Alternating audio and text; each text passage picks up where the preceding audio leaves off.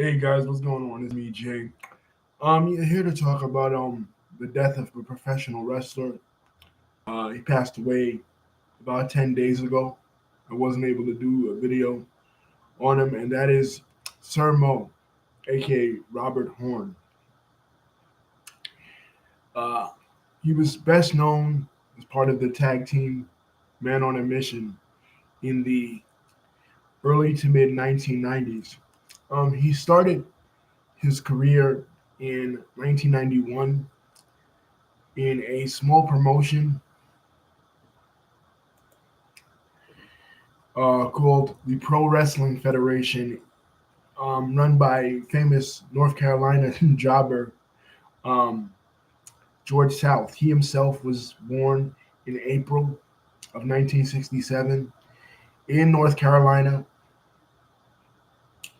and like I said, he broke into the business in 1991, managed by George South and Nelson Frazier. Mabel was his tag team partner, and they were originally known as the Harlem Knights.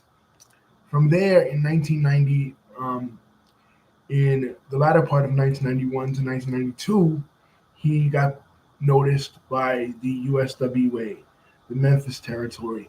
And once again, like we always say on this channel, the Memphis territory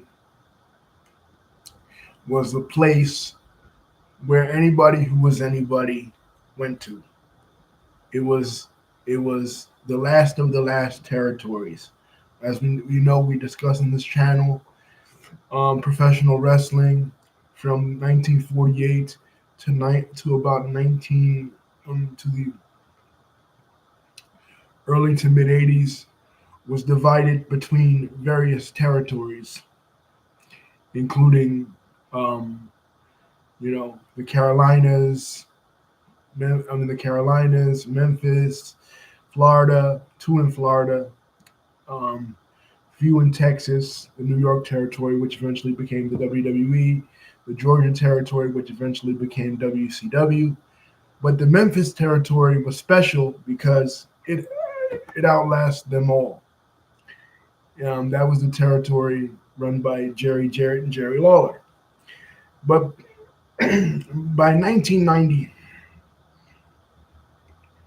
yeah, baby, what's going on?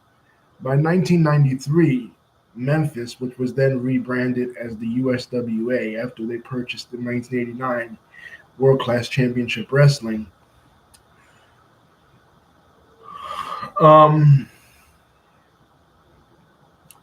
was in a working relationship with the World Wrestling Federation because Vince McMahon was going through the steroid trial and he was looking to monopolize, you know, the southern territories that were closer to WCW, his main competition. So he partnered with Jim Cornette's Smoky Mountain Wrestling as well, and Davis says King David versus Sid from WWE Championship Wrestling SummerSlam '95. He partnered with Smoky Mountain Wrestling, which was run by Jim Cornette, and he partnered with USWA and also brought in Jerry Lawler and Jerry Jarrett's son, Jeff Jarrett, into the company. So they moved from the Carolina Indie to Memphis, and they're heels. Again, they're still working as the Harlem Knights, but Vince McMahon brings them in 1993 originally as heels. But at WrestleMania 9, and we discussed this on the WrestleMania 9 uh, review, the WrestleMania review series, Bruce, there was a guy in attendance, and this was the WrestleMania in Las Vegas, April of 1993. There was a guy in attendance named Oscar, and this guy's a wannabe rapper, right? So he meets Bruce Pritchard and Vince McMahon in an elevator, and he starts freestyle rapping to them, and they love it. Vince McMahon doesn't know anything about hip hop, nothing about hip hop. Hip hop has existed for about 20 years at this point. And despite being primarily located in New York and hip hop originally being a New York phenomenon, Vince knows nothing about it. And there is a hit song at this time called "Whoop There It Is." "Whoop There It Is" by a group called Tag Team. What an interesting wrestling connection. So Vince decides we're gonna create a hip hop team.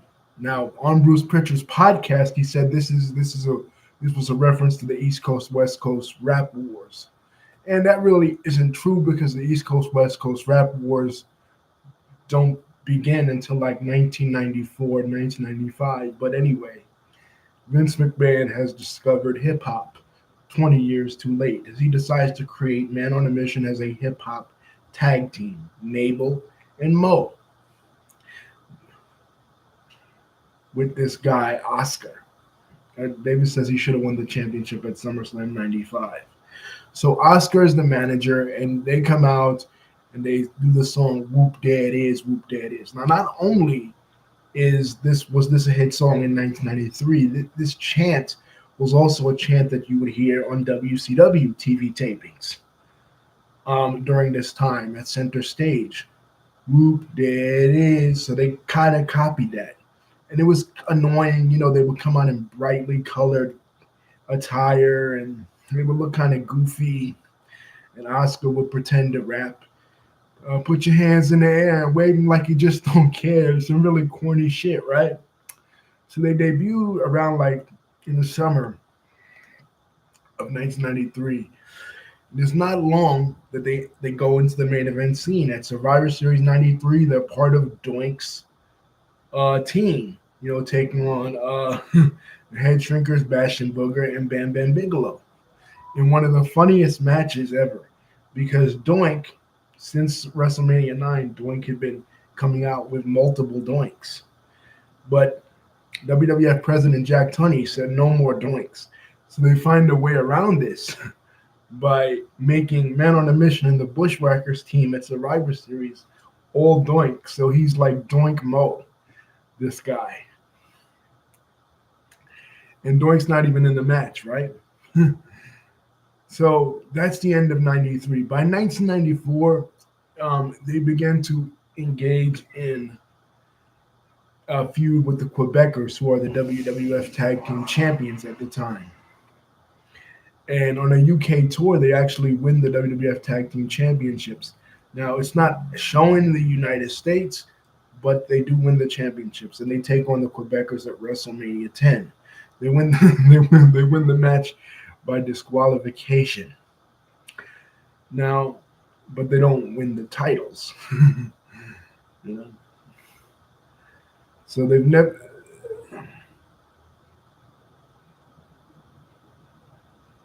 Yeah, I'm gonna make a video on that, David. I am. It's pretty soon.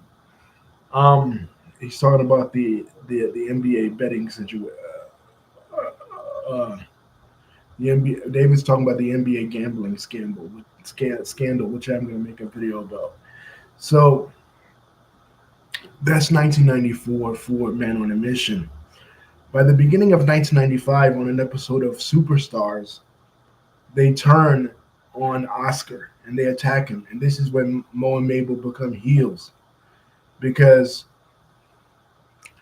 one thing that's happening backstage is Bill Watts has come to the company. In mid 1995, Vince McMahon, he's kind of burnt out. You had the trial, you had a whole bunch of stuff going on backstage with Vince McMahon. James Dixon's book, the James Dixon series, Titan Sinking, basically goes into this.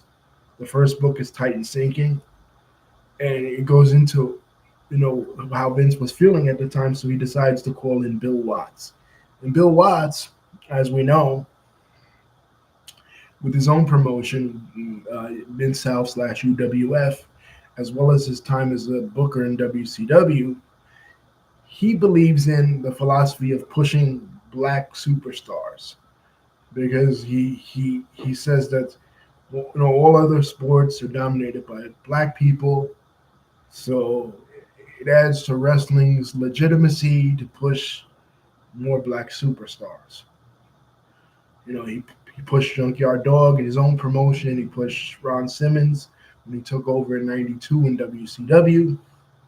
So he's coming into the WWF to help out, and he decides going to push a black superstar in Mabel. So they want to make Mabel a heel. a heel superstar, with Mo as the manager as opposed to Asuka. So, King of the Ring 1995 rolls around in Philadelphia. One of the worst cards ever. The card was kind of shuffled around because it was supposed to be Razor Ramon in the finals, but Razor Ramon gets injured, so um, they push Savio Vega to the main event. Savio Vega is the dark horse, and the finals are Savio Vega, a Puerto Rican star, because they're in Philly, so they figure, hey, pushing an ethnic star, kind of a Rocky type story, even though Savio's Puerto Rican and not Italian. But anyway, it's like a Rocky story against this big, monstrous black heel in Mabel. Mabel wins it. The crowd shits all over it, and they start chanting ECW, ECW as he's being coronated. So, and he has a belt made, a King of the Ring style belt. And as David, with King of the Ring emblazoned on it, as David alluded to, he at that time, if a guy won the King of the Ring, tradition dictated that he got a shot at that year's SummerSlam. So Diesel is the champion. SummerSlam 1995. And it's Diesel versus Mabel for the title. Now, Vince is still high on Mabel. He still wants to push Mabel, but Mabel and Kevin Nash, they don't have chemistry. They have zero chemistry, and Mabel even injures Kevin Nash. Kevin Nash tells him, listen, don't do this one particular move, and Mabel does it anyway, and Kevin Nash goes to the back and is like, what the fuck you doing? You're trying to hurt me, you're trying to take me out, being reckless and careless. And Vince McMahon says he'll fire him. He says, don't fire him, I just don't want to work with him anymore. So Mabel then gets pushed down by the card. By like September, October, he's feuding with The Undertaker. They even have an episode of the Brother Love Show where they bring out a casket with The Undertaker because Mabel and Yokozuna both attacked The Undertaker, breaking his orbital bone, resulting in The Undertaker wearing a mask until the early part of '96. By the end of 1995, Men on a Mission pretty much are out of the company, and you would see Mabel, Nelson Frazier resurface as Viscera later on in 1999, and he would stay with the company until like 2006. And he was rebranded as Big Daddy V, but Mo would not. That's pretty much the end of Mo. He goes to USW. He leaves and he goes to USWA, back to USWA, and in USWA, he teams with PG-13, he teams with Tracy Smothers, and he becomes Sir Muhammad. Basically, an early version of the Nation of Domination. The Nation of Domination, like in the Tracy Smothers video that we had from a while back, when Tracy Smothers passed away. We talk about that the Nation of Domination was originally an idea formulated in the USWA, a black militant faction modeled after both the Nation of Islam and the Black Panther Party. Later in November of '96, it would come to the WWF, but originally it was a USWA idea, and Sir Mo, as Sir Muhammad, was a part of it.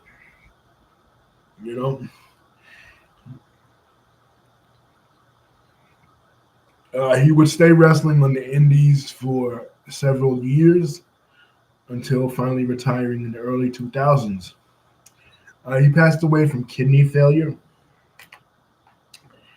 And he was just a guy who I remember, from the new generation era, an era that was not particularly popular, but is a real infamous era because of how bad it really was, during that time period in the WWF.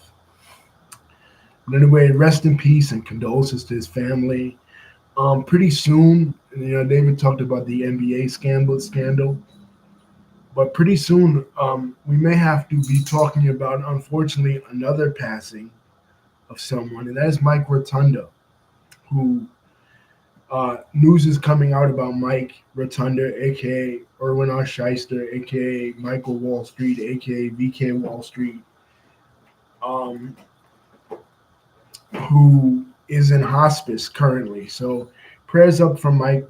He's had a rough couple of years. 2 years ago, his son, Bray Wyatt, passed away, and he went into the Hall of Fame, in 2024 with uh, U.S. Express tag team partner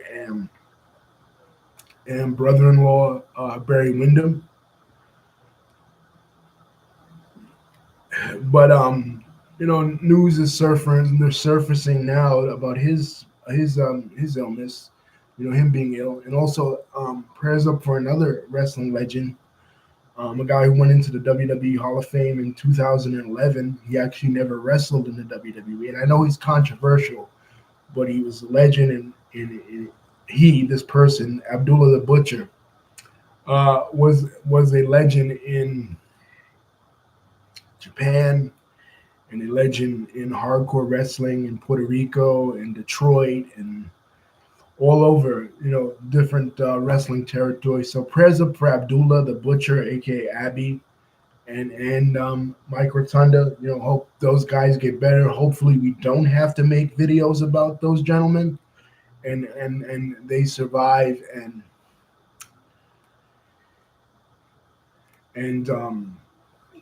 continue to do well. But rest in peace to Mo, and thank you, David, for contributing. Love you guys.